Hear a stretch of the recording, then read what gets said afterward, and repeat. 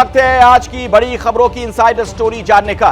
तो सबसे पहले बात माफिया अतीक की, जिसे अपने बेटे असद का आखिरी बार चेहरा देखना भी मैसर नहीं हो पाएगा। दूसरों को खून के आंसू रुलाने वाला अतीक आज खुद कैसे जार जार रो रहा है। इनसाइड स्टोरी जरूर देखिएगा। आपको अतीक के गैंग की पूरी इनसाइड स्टोरी आगे हम बताने वाले हैं। कैसे दूसरों को डराने वाला गैंग्स ऑफ अतीक आज खुद दहशत के साए में है। क्या है अतीक का पाकिस्तान कनेक्शन, कैसे वो पाकिस्तानी खुफिया एजेंसी आईएसआई का प्यादा बन बैठा था। यह सनसनीखेज इनसाइड स्टोरी आपको हैरान करेगी, जरूर देखिएगा। असद के मारे जाने के बाद आखिर क्यों यूपी में एनकाउंटर पर सियासी सवाल उठे हैं, आगे इनसाइड स्टोरी इसकी भी होगी। और आपको दिखाएंगे कि आखिर दिल्ली शराब घोटाले की जांच की आंच कैसे सीएम केजरीवाल तक पहुंच गई है। लेकिन सबसे पहले बात अतीक और असद की। असद को दफन किए जाने की तैयारी है। प्रयागराज और झांसी दोनों जगहों पर कब्र खुद गई है, लेकिन अपने लाडले बेटे को अतीक आखिरी विदाई नहीं दे पाएगा। जिस बेटे को अतीक शेर कहता था, आखिरी बार उसकी शक्ल तक नहीं देख पाएगा। कभी प्रयागराज को रुलाने वाला अतीक अपनी इस ट्रेजेडी पर जार जार रो रहा है। माफिया के अंजाम की रिपोर्ट आपको जरूर देखनी चाहिए।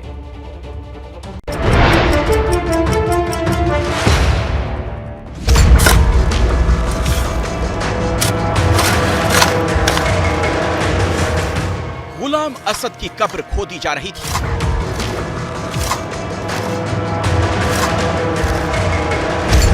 अतीक के पुश्तैनी घर में समर्थकों का, रिश्तेदारों का और परिचितों का तांता लगा था।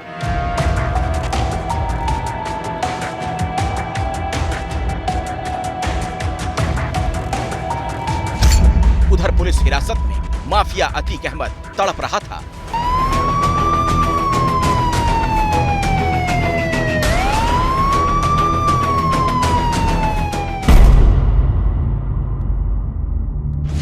अतीक की बेगम और असद की मां शाइस्ता परवीन किसी सीक्रेट ठिकाने में छिपकर आंसू बहा रही थी।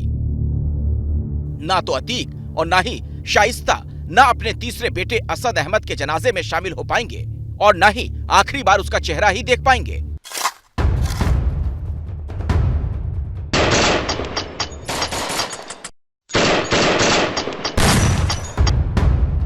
माफियागिरी का अंजाम अतीक एंड फैमिली अपनी आंखों के सामने देख रही है।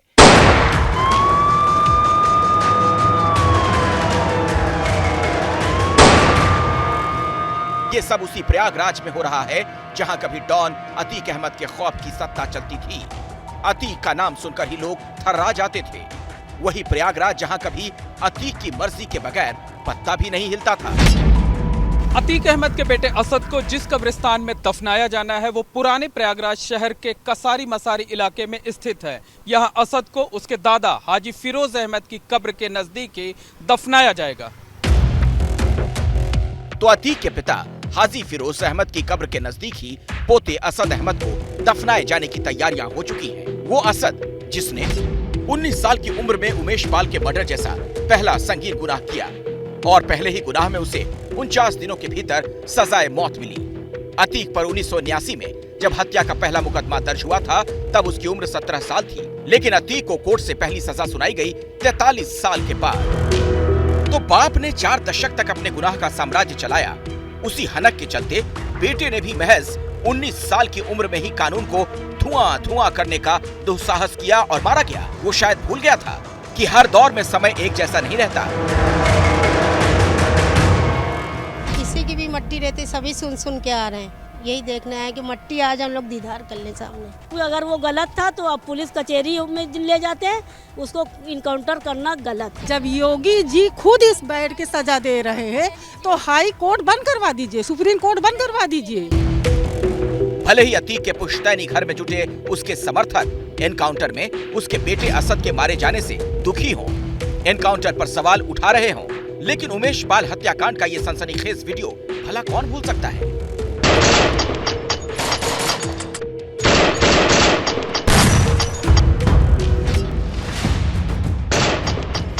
24 फरवरी की वारदात में असद ने 3 लोगों की जान ली थी।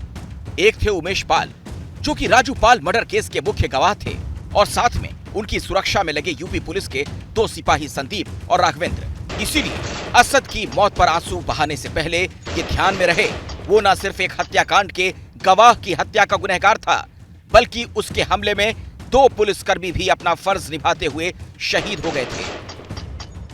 असद के बारे में पुलिस के सूत्रों से एक और जानकारी निकल के सामने आई है, और वो ये है कि असद की इसी साल अपनी बुआ की बेटी यानी अतीक अहमद की बहन नूरी की बेटी से शादी होनी थी, यानी कि निकाह होना था, लेकिन शादी की तैयारियां चल ही रही थी। उसी बीच हुआ उमेश पाल का हत्याकांड और सारा मामला गड़बड़ा गया। यूपी के मेरठ के भवानी नगर में असद को चंद महीने बाद जिस घर का दामाद बनना था, जहां उसकी ससुराल होनी थी, असद की मौत के बाद उस घर में मातमी सन्नाटा पसरा हुआ है। इस घर का मुखिया और अतीक का बहनोई डॉक्टर अखलाक पहले ही गिरफ्तार हो चुका है और आयशा नूरी फरार है। तो जिस असद को चंद महीने में दूल्हा बनना था, वो अपने गुनाहों की वजह से सुपुर्दे खाक होने जा रहा है। और माफियागिरी का हश्र देखिए, बेटे के जनाजे में ना असद का पिता अतीक शामिल हो पा रहा है, ना उसकी मां शाइस्ता परवीन, ना उसका भाई अली, ना दूसरा भाई उमर। और ऐसा सिर्फ असद के साथ ही नहीं हो रहा।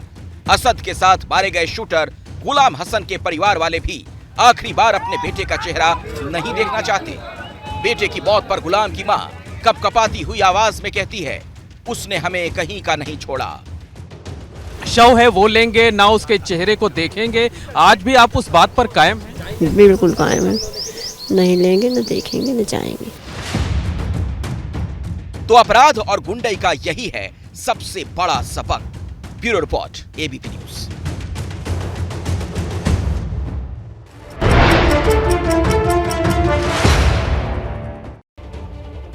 तो गुलाम की मां तो शव तक लेने से इनकार कर रही हैं। आगे क्या होगा, इनसाइड स्टोरी समझते हैं। ब्रजेश राजपूत से हमारे सहयोगी हमारे साथ जुड़ गए हैं। ब्रजेश, इनके शव कहां रखे गए हैं और कहां दफनाया जाएगा, कुछ जानकारी मिल पा रही है क्या?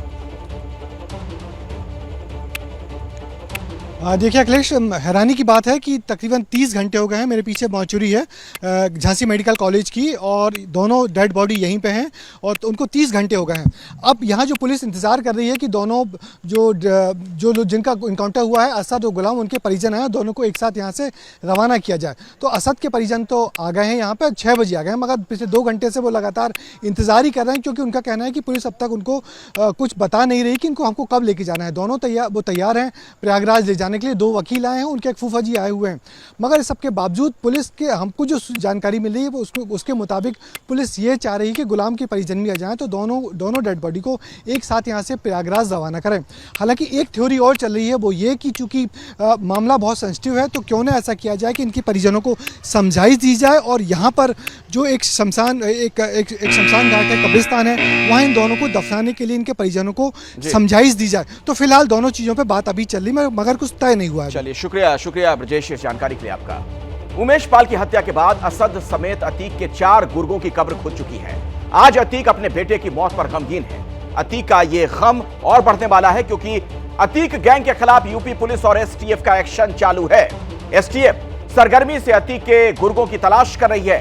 अब यह तय लग रहा है कि अतीक के गुर्गे या तो सलाखों के पीछे होंगे या उनकी भी कब्र खुदेगी।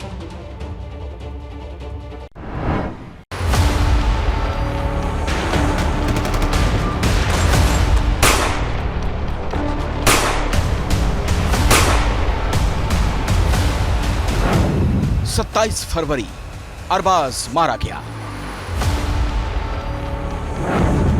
6 मार्च शूटर विजय चौधरी उर्फ उस्मान मारा गया। 13 अप्रैल असद अहमद और गुलाम हसन का एनकाउंटर।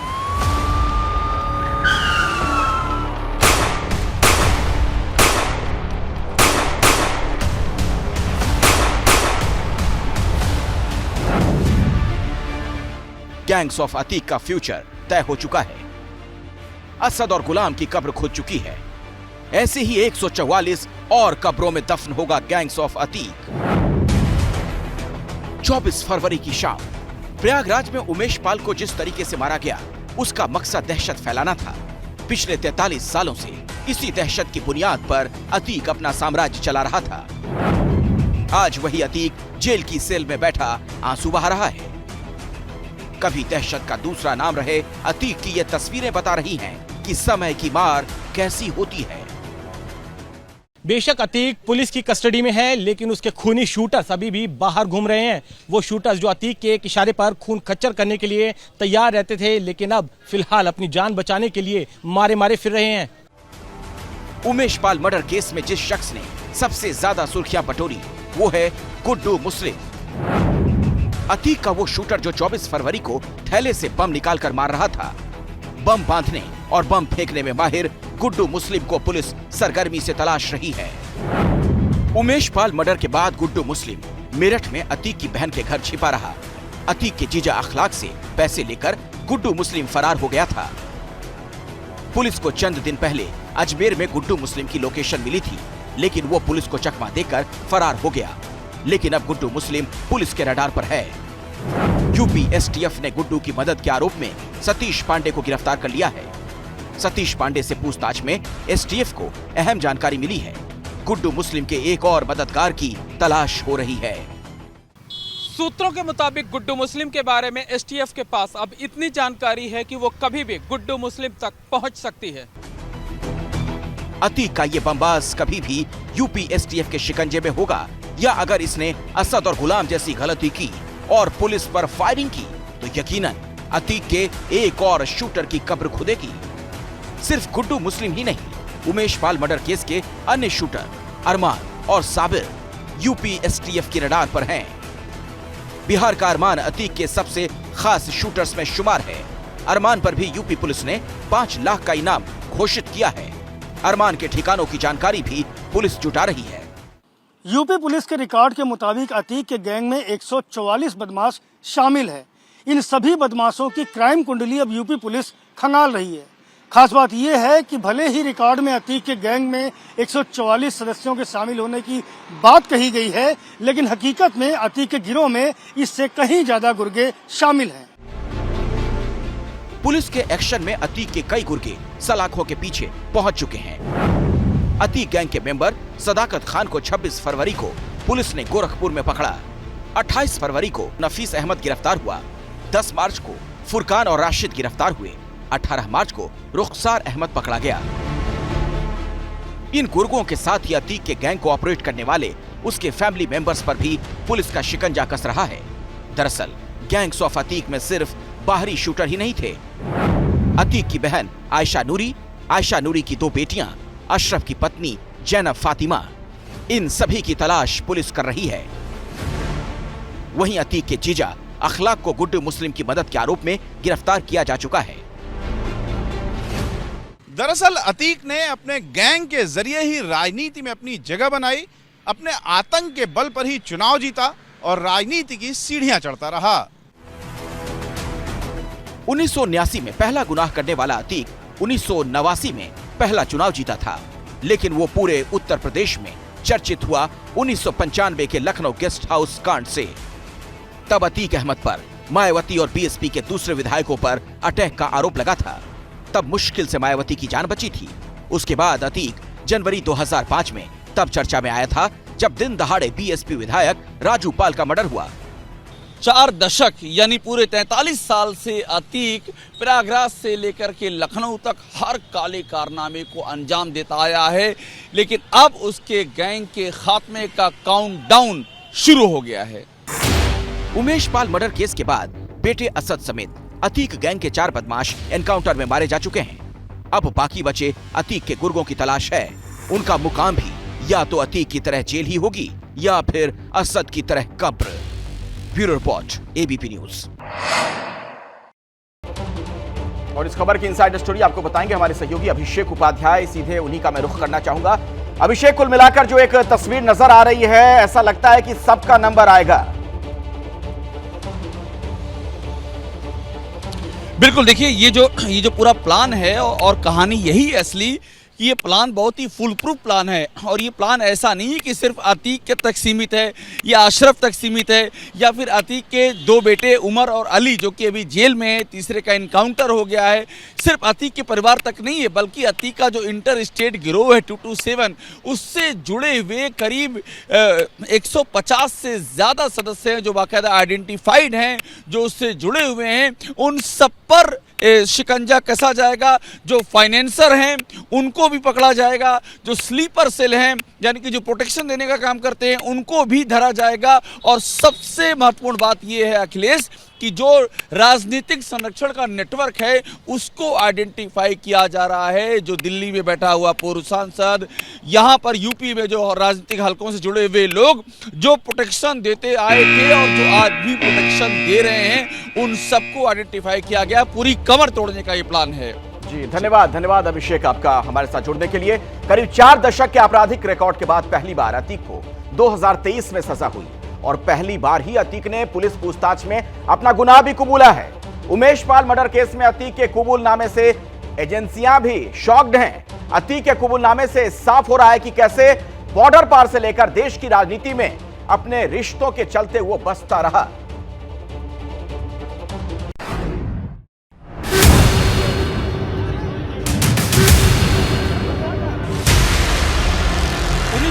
में पहली एफआईआर, 2023 में पहली बार सजा। 4 दशक तक अतीक को कौन बचाता रहा? आखिर वो कौन सफेदपोश है जिसने अतीक अहमद की मदद की? यूपी, महाराष्ट्र, दिल्ली, पंजाब, कहां अतीक का नेटवर्क। प्रयागराज का गुंडा कैसे बन गया पाकिस्तान का प्यादा?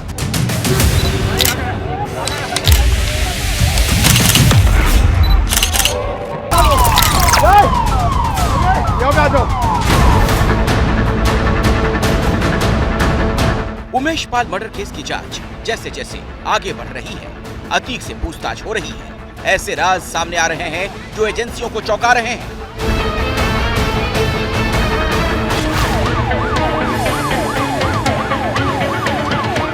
उमेश पाल के मर्डर के 49 दिनों के बाद एसटीएफ ने असद का एनकाउंटर कर दिया।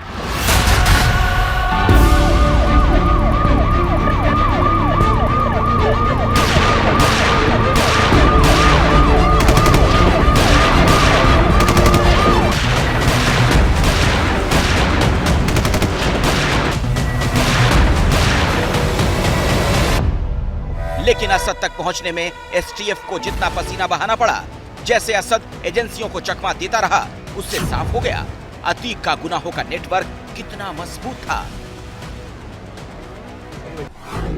अतीक के नेटवर्क को समझने के लिए सबसे पहले असद के फरारी वाले रूट को गौर से देखना होगा, क्योंकि कहा यह जा रहा है कि असद अतीक के इस नेटवर्क के सहारे ही पुलिस को 48 दिन तक चकमा देता रहा। फरारी के दौरान असद 4 राज्यों में रहा।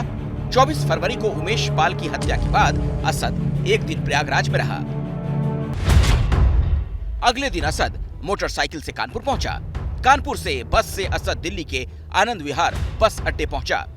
15 मार्च को असद दिल्ली से अजमेर चला गया। अजमेर से वो मुंबई गया, फिर नासिक गया। नासिक से वापस कानपुर आया और फिर झांसी गया। 48 दिनों में असद यूपी, दिल्ली, महाराष्ट्र, राजस्थान में गया। इन 4 राज्यों में सबसे अहम ठिकाने रहे दिल्ली और मुंबई। दिल्ली यानी देश की राजनीतिक राजधानी। बतौर सांसद अतीक वहां कई साल रहा। वहीं अतीक का मुंबई से भी जो रिश्ता सामने आया है वो इस बात की ओर साफ इशारा कर रहा है कि अतीक सिर्फ माफिया ही नहीं बल्कि उसका रिश्ता अंडरवर्ल्ड से भी गहरा रहा है। पुलिस से बसता बसता असद मुंबई पहुंचा तो अतीक के अंडरवर्ल्ड कनेक्शन ने उसकी मदद की। सूत्रों के मुताबिक मुंबई और पुणे में असद के छिपने का इंतजाम अबू सलेम ने किया था। वो अबू सलेम जिसकी दहशत से कभी मुंबई थर्राती थी। अबू सलेम से अतीक का कनेक्शन उसे अंडरवर्ल्ड से जोड़ता है। ये रिश्ता आज का नहीं है। 2007 में जब मायावती की सरकार ने अतीक पर शिकंजा कसा था, तब पुलिस के चंगुल से भागता फिरता अतीक अबू सलेम की शरण में पहुंचा था। तब अबू सलेम ने छिपने में अतीक की मदद की थी। एजेंसियां अब अबू सलेम और अतीक के रिश्ते की जांच कर रही है। इस रिश्ते का खुलासा अतीक के अंडरवर्ल्ड कनेक्शन की कहानी बताएगा। फिलहाल इस कहानी से भी बड़ा खुलासा अतीक से पूछताछ में हुआ है। पुलिस की पूछताछ में अतीक का बॉर्डर पार कनेक्शन भी सामने आया है। सूत्रों के मुताबिक पूछताछ में अतीक ने बताया उसका रिश्ता पाकिस्तान की खुफिया एजेंसी आईएसआई से था। आतंकी संगठन लश्कर-ए-तैयबा से भी अतीक ने कनेक्शन की बात मानी है। अतीक ने खुलासा किया वो अपने गैंग के लिए पाकिस्तान से हथियार मंगाता था। हम तो कह रहे हैं कि आप असद को जिंदा रखते, आप पता करते कि असद के मददगार कौन थे। एक जांच का विषय था, आप सीडीआर निकालते, जो काला सच छिपाने के लिए खामोश इसलिए किया गया कि सब सामने ना आए। अब तक जिस अतीक को प्रयागराज का माफिया माना जा रहा था, उसके ताल्लुक भारत विरोधी ताकतों से थे। ऐसे में एजेंसियों के सामने बड़ा सवाल ये है कि आखिर आईएसआई अतीक को हथियार क्यों दे रहा था। सवाल ये भी है कि लश्कर तोयबा और अतीक के क्या रिश्ते थे। अतीक ने पूछताछ में माना है पाकिस्तान से ड्रोन के जरिए हथियार पंजाब के बॉर्डर वाले इलाकों में गिराए जाते थे। यहाँ से अतीक के लोकल कनेक्शन के लोग इन हथियारों को स्टोर करते थे। बाद में अतीक गैंग इन हथियारों को यूपी लाता था। असद और गुलाम के एनकाउंटर के बाद पुलिस को उनके पास से मॉडर्न विदेशी हथियार, ब्रिटिश बुलडॉग रिवॉल्वर और वॉल्थर पी पिस्टल मिली है। इससे तस्दीक होती है कि अतीक को विदेश से हथियार मिल रहा था। अगर ये हथियार पंजाब के रास्ते अतीक तक पहुंच रहे थे, तो क्या अतीक आईएसआई के लिए हथियारों की तस्करी भी कर रहा था? क्या अतीक आतंकियों तक हथियार की सप्लाई कर रहा था? ये सवाल इसलिए उठ रहे हैं क्योंकि जिस रूट से अतीक को हथियारों की सप्लाई होती थी, उसी रूट से आईएसआई जम्मू कश्मीर के आतंकियों को भी हथियारों की सप्लाई करती है। अभी इस सवाल का जवाब मिलना बाकी है कि अतीक को पाकिस्तानी खुफिया एजेंसी आईएसआई से हथियार सिर्फ पैसों के बदले मिलते हैं या फिर अतीक आईएसआई के लिए दूसरे काम भी करता है। सवाल अभी दूसरे भी हैं। पुलिस से बचने के लिए असद 28 फरवरी को कानपुर से दिल्ली पहुंचा था। सूत्रों के मुताबिक दिल्ली में असद की मदद एक पूर्व सांसद ने की थी। असद दिल्ली में जामिया नगर और संघ विहार में रहा। सवाल ये, वो कौन सफेदपोश था जिसने अतीक के कहने पर असद की मदद की? ऐसे सफेदपोश लोगों की वजह से ही 4 दशक से अतीक अपने जुर्म का साम्राज्य चला रहा था। 1989 में पहला चुनाव निर्दलीय जीतने वाला अतीक समाजवादी पार्टी अपना दल में रहा। अतीक के परिवार का रिश्ता एआईएमआईएम और बीएसपी से भी रहा। उनकी वाइफ हमारी पार्टी में शामिल हुई थी। जब चुनाव आया तो वो समाजवादी पार्टी की तायद करे, पूरा परिवार। उस परिवार के लोगों ने समाजवादी पार्टी के एक बहुत बड़े नेता हैं, ज्ञानी हैं, सो कॉल्ड ज्ञानी, उनसे जाके मिले थे। समाजवादी पार्टी के टिकट पर अतीक विधायक और सांसद रहा। जाहिर है यूपी की सियासत में अतीक को बचाने वाले कई नेता रहे हैं। 2004 में समाजवादी पार्टी की सरकार ने अतीक के खिलाफ दर्ज 2 केस वापस ले लिए थे। दोनों केस प्रयागराज में दर्ज थे। इस राजनीतिक समर्थन के कारण ही प्रयागराज पश्चिम से निकलकर अतीक पाकिस्तान तक पहुंच गया। फिलहाल पुलिस अतीक और अशरफ से पूछताछ कर उसके हथियारों के भंडार तक पहुंचने की कोशिश कर रही है। Bureau report, ABP news.